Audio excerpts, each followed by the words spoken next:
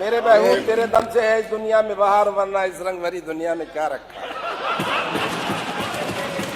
आज महबूब भाई बोले, अब महबूब नाराज हो जाए तो किसे अच्छा लगेगा। बहुत अच्छा लगा, धन्यवाद।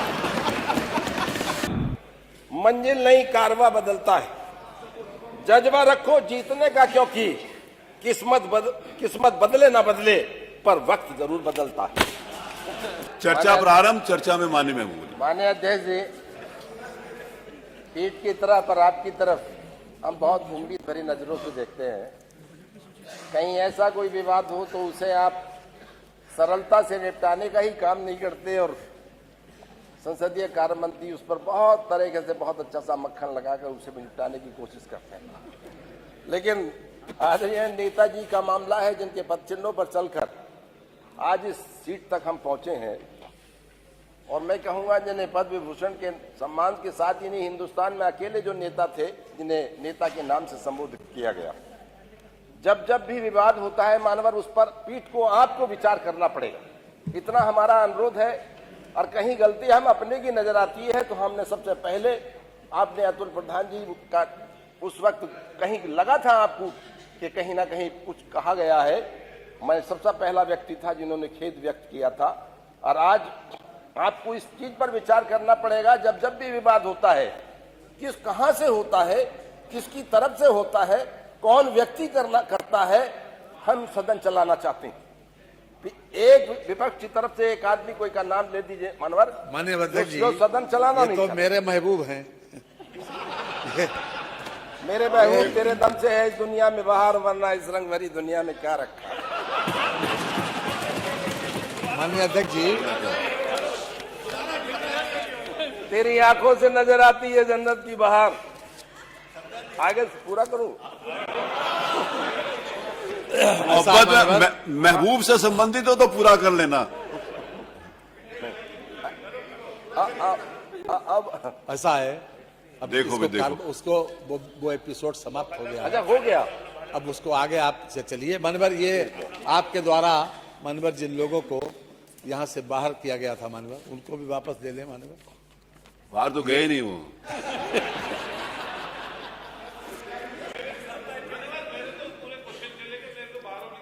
आप इतने दयालु हैं, बाहर किसी को भेजते नहीं, लेकिन यहाँ कोई लिस्ट बना रहा था, उसका प्लान कुछ ऐसा ही था। लेकिन मैं संसदीय कार्य मंत्री नहीं, वो लिस्ट बना रहे थे कि जिनको जिनको कहा है कि वो लोग अपनी सीट पे बैठे। जी जी, नहीं मानवर, हमारा इतना अनुरोध है कि जो हुआ कहीं ना कहीं आपको इस पर विचार कर लें। जब जब जिस भी सदन बाधित होता है और किस कारणों से होता है, इस पर देखना पड़ेगा।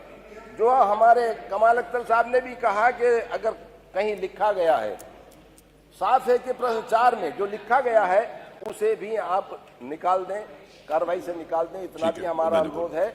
और हम बड़े दिल की अपनी तरफ से कह रहे हैं, पूरे विपक्ष की तरफ से, कि आपने जो बड़ा दिल दिखाकर, जिनके हम सम्मानहीन, जिनकी बदौलत पूरा विपक्ष हर हम बैठे हैं, आज उनके सम्मान में आपको भी पीड़ा हुई, हम बार बार आपका शुक्रगुजार हैं। मानवर, श्री राज्यपाल जी के अभिभाषण पर धन्यवाद प्रस्ताव पर हमारे नेता आदरणीय शिवपाल जी ने जो संशोधन प्रस्ताव रखा था, उसके विरोध में उसके पक्ष में मैं बोलने खड़ा हुआ हूं। नहीं, तुम्हारे वाले के विरोध में नहीं, अरे आप सुन लीजिए, जो रखा है उसके पक्ष में बोलने, उन्हीं के पक्ष में बोलेंगे ना, ठीक बोला। मानवर, बहुत बात हुई है, बहुत से मानव सदस्यों ने बड़ी लंबी चौड़ी बातें की, कहीं से लेके महाकुंभ से लेकर हर तरह से विचार हुए, लेकिन मेरा सिर्फ उस पर ज्यादा नहीं कहना। आप दोबारा बोल रहे हो क्या बजट? ये आज ये जो श्री राज्यपाल के अभिभाषण पर, राज्यपाल के अभिभाषण बोल, आपको दूसरी बार मौका मिला है? नहीं जी, दूसरी बार मौका मिला है?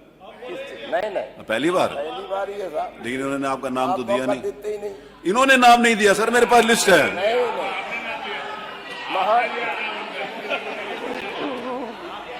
मैंने दिया, इन्होंने नहीं दिया। मानवर, बहुत लंबी बातें हुई हैं नेता पक्ष और विपक्ष की तरफ से। महाकुंभ पर अपने विचार रखे और दर्शाया कि पूरे प्रदेश में और महाकुंभ में क्या क्या हो रहा है। मुझे ज्यादा नहीं कहना, स्वच्छता, सुरक्षा और सुव्यवस्था कहीं रही है। जो प्लान बनाया गया था 100 साल का, वो कम से कम 100 करोड़ लोगों के आने का प्लान बनाया गया था, लेकिन आज की तारीख में भी 56 करोड़ लोग आए। लेकिन इसके बावजूद ये प्लान जब बना था, उस वक्त स्वतः सोचना चाहिए था कि कितने लोग 56 करोड़, लेकिन अब स्वतः सोचना चाहिए था कि कितने लोग जाम में फंसे हैं, उनके खाने की व्यवस्था, उनके नहाने की व्यवस्था, उनके रहने की व्यवस्था, उनके सोने की व्यवस्था, 4-4 दिन जो फंसे रहे हैं, वो व्यवस्था पर शायद ध्यान नहीं दिया गया था। बहुत लंबी बातें होती हैं डिफेंस इंडस्ट्रियल कॉरिडोर से संबंधित, उसमें मुझे ज्यादा नहीं कहना कि, लेकिन आपका जिला भी उसमें है। लगातार कहा गया है कि हाँ, हम, और मेरे ख्याल से तो कई बार उस पर विचार हुए हैं। आपका कानपुर भी है, अलीगढ़ भी है, बहुत से ऐसे हैं कि हाँ, वहाँ हम उसमें काम कर रहे हैं, 9,000 करोड़ रुपए लगाए, लेकिन आज तक ऐसा कहीं नहीं हुआ कि हाँ संभावित तो है लेकिन लगा है या उनसे कोई रोजगार मिला है।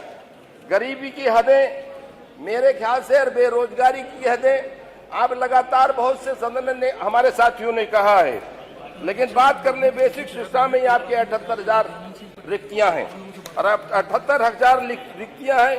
बेसिक शिक्षा में, माध्यमिक शिक्षा में 48,000 हैं। 20 लाख से अधिक बीटीसी सदस्य बैठे हैं, बीटीसी करे हुए लोग बैठे हैं और 15 लाख से अधिक आपके बीएड करे हुए लोग बैठे हैं, लेकिन आज तक उन पर कोई विचार नहीं। रिक्तियां आपके पास हैं, तो हर हालात में आप पर उन पर विचार करना चाहिए और कहीं ना कहीं उन्हें भरना चाहिए जब आपके पास इस तरह से टेक्निकल लोग भी मौजूद हैं। प्रदेश में 2000 वर्ष से गन्ना किसानों के समर्थन मूल्य में कोई वृद्धि नहीं हुई, जब उनकी लागत लगातार चौगुनी बढ़ रही है। लगातार मंत्री जी खड़े होकर बात करते हैं कि हाँ, बड़े पैमाने पर हमने भुगतान कर दिया।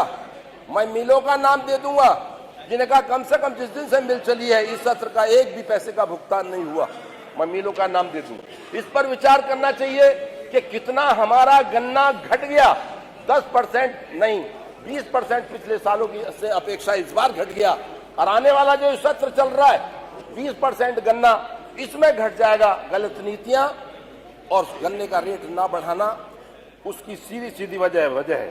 कानून व्यवस्था के बारे में बहुत लंबी बातें की हैं, लेकिन हिंदुस्तान के अंदर बलात्कार, लूट, हत्या, महिलाओं पर अत्याचार में हुई है कि मेरे ख्याल से एनसीआरबी की रिपोर्ट 2024 की रिपोर्ट उत्तर प्रदेश में प्रति व्यक्ति की दर, अपराध दर 7.4 उत्तर प्रदेश के अंदर है।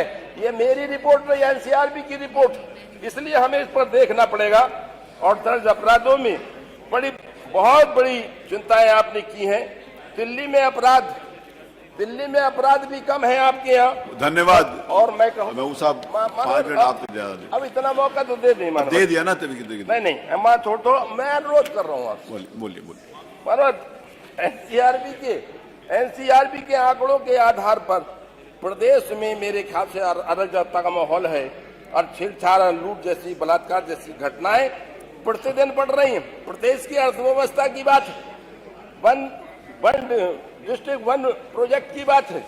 वन डिस्ट्रिक्ट वन प्रोजेक्ट में आप बताइए किस जनपद के अंदर, मेरे यहाँ भी ऐसा नहीं है। वन डिस्ट्रिक्ट वन प्रोजेक्ट में ढोलक का काम लिया गया, ढोलक को लिया गया था, जो मेरे ख्याल से हर व्यक्ति की खुशी के वक्त बजाने का काम होता है, उसे लिया गया था। इतना भी आज तक काम नहीं हुआ है उस पर, जरा सा भी। मैं कहता हूँ पूरे प्रदेश के अंदर वन डिस्ट्रिक्ट वन प्रोजेक्ट में आज तक कहीं ऐसा नहीं काम हुआ। मानव प्रदेश में मानव प्रदेश में धन्यवाद महबूब साहब। प्लीज सब लोगों को देखिए, आप डेवलप की बात कर रहे हैं, आप डेवलपमेंट की बात कर रहे हैं, बहुत अच्छी बात है। और मेरे ख्याल से तो मैं कहूंगा कि आज देखिए शहरों में ही देख लीजिए कि खड़ंजे पड़े हैं आज भी शहर में। विकास नाम की चीज नहीं, उस पर विचार करने की किस तरह से वो बड़े पैमाने पर उस पर काम हो। आज बहुत शहरों की उपेक्षा की जा रही है। बाकी सब लोगों को अवसर मिलना है। मैं इतना ही कहूंगा कि उत्तर प्रदेश में एक गरीब है मनरेगा वाला, मनरेगा के आप देख लें, आपके 237 रुपए मनरेगा में है आपके, जबकि बराबर में पंजाब है, बराबर में राजस्थान है, बराबर में आपके और महबूब छोटे साहब, सिक्किम जैसे प्रदेश सर, हैं, आप तो- उनमें भी मनरेगा की जो दी जा रही है, मनरेगा का पैसा दिया जा धन्यवाद रहा महबूब है, साहब। वो हमारे उत्तर आपके लिए प्रदेश से माइक अधिक है। बंद कराने हमें के इस लिए पर बोलूंगा तो विचार मुझे अच्छा करना नहीं पड़ेगा। बार बार आपका धन्यवाद अध्यक्ष जी, बार बार। श्री ज्ञानेन्द्र सिंह बोलिए। एक शब्द, हाँ एक शब्द साजे, अब बोलो। हाँ एक सेंटेंस। महबूब साहब पे तो नहीं है? अच्छा उन्हीं पे। छाता की कुर्सी बैठी थी, आज मन थोड़ा ठीक हुआ, परसों से बड़ा खराब था, क्योंकि माननीय महबूब साहब मेरे से नाराज हो गए थे। वो आए और बोले कि मेरे पहले बुला देना, तो मैंने कहा महबूब जी कहें माननीय सदस्य और मैं ना करूं, मैंने कहा बिल्कुल पहले ही।